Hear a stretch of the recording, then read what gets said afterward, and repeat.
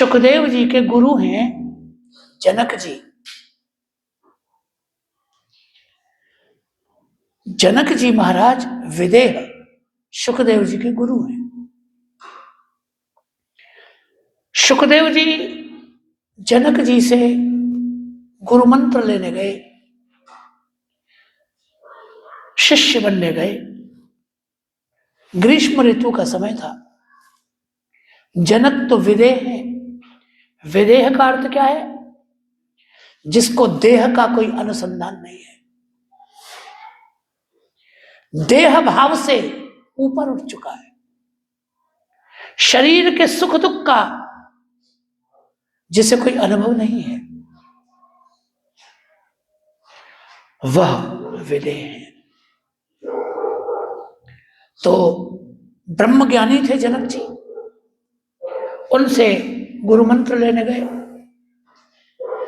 जनक जी इस बात को जान गए कि सुखदेव जी शिष्य बनने के लिए आए हैं, तो उन्होंने सोचा पहले परीक्षा ले लेनी चाहिए, ये तो देख लें कि शिष्य अधिकारी भी है कि नहीं, पात्र भी है कि नहीं। तो पहले ही उन्होंने अपने द्वारपालों को बुलाया और द्वारपालों को समझाया कि देखो 16 वर्ष का एक नग्न युवक अवधूत महल में आने वाला है, तो द्वार पर ही उसे रोक लेना।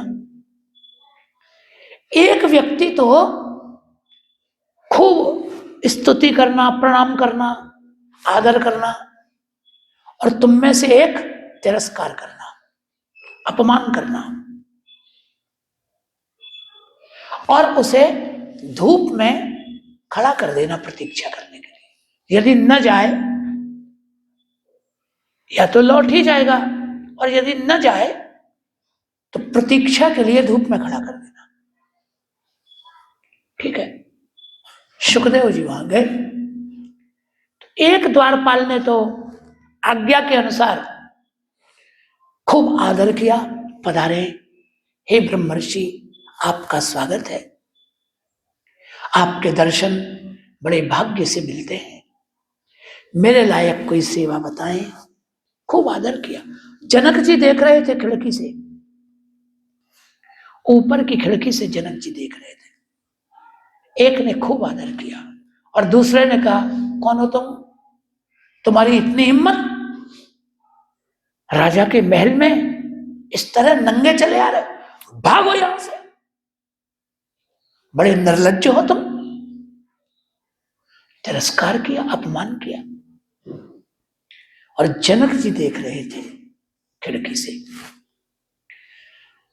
आदर करने वाले के प्रति कोई क्रोध सुखदेव जी को, कोई प्रेम सुखदेव जी के मन में नहीं आया, और तिरस्कार करने वाले के प्रति कोई क्रोध भी नहीं आया। सहज जैसे खड़े थे, जैसे आए थे, वैसे ही मुस्कुराते रहे। आदर करने वाले को कोई आशीर्वाद नहीं दिया, तिरस्कार करने वाले को कोई जवाब नहीं दिया। मुख की प्रसन्नता पे कोई अंतर नहीं पड़ा, न तिरस्कार का, अपमान का भी अंतर नहीं पड़ा, और सम्मान का भी कोई प्रभाव नहीं हुआ। देख लिया जनक जी ने, तो उन्हें लगा शिष्य है तो योग्य, व्यक्ति तो योग्य है, शिष्य बनाने लायक है। फिर द्वारपालों ने कहा कि महाराज की आज्ञा है, यहां खड़े हो जाइए, जब बुलाएंगे तब आप जाना। धूप में खड़ा कर दिया। एक प्रहर तक सुखदेव जी ग्रीष्म ऋतु की धूप में खड़े रहे, और जनक जी देखते रहे। मुखमंडल पे कोई प्रभाव नहीं, वैसे ही प्रसन्नता से खड़े रहे। तब समझ गए जनक जी, बोले योग्य व्यक्ति है, शिष्य बनाने के लायक है। तब उन्हें बुलाया गया, बुलाकर उपदेश किया। तो सुखदेव जी ने प्रार्थना की कि भगवान मेरे लिए कोई उपदेश करें। तब जनक जी ने कहा बैठो। और जनक जी ने एक युवती दासी बुलाई, एक युवती स्त्री बुलाई और अपने सामने अग्निकुंड मंगा लिया। सामने अग्नि प्रज्वलित कर दी, अग्निकुंड बना लिया और उस युवती को नग्न करके अपनी गोद में बैठा लिया। एक हाथ युवती के वक्षस्थल पर रख दिया, एक हाथ अग्नि में डाल दिया, एक हाथ आग में और एक हाथ उस युवती के शरीर पे।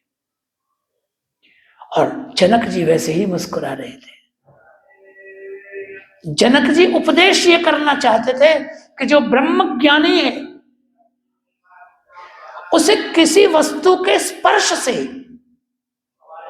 यह समझना चाहिए कि आत्मा अविकारी है।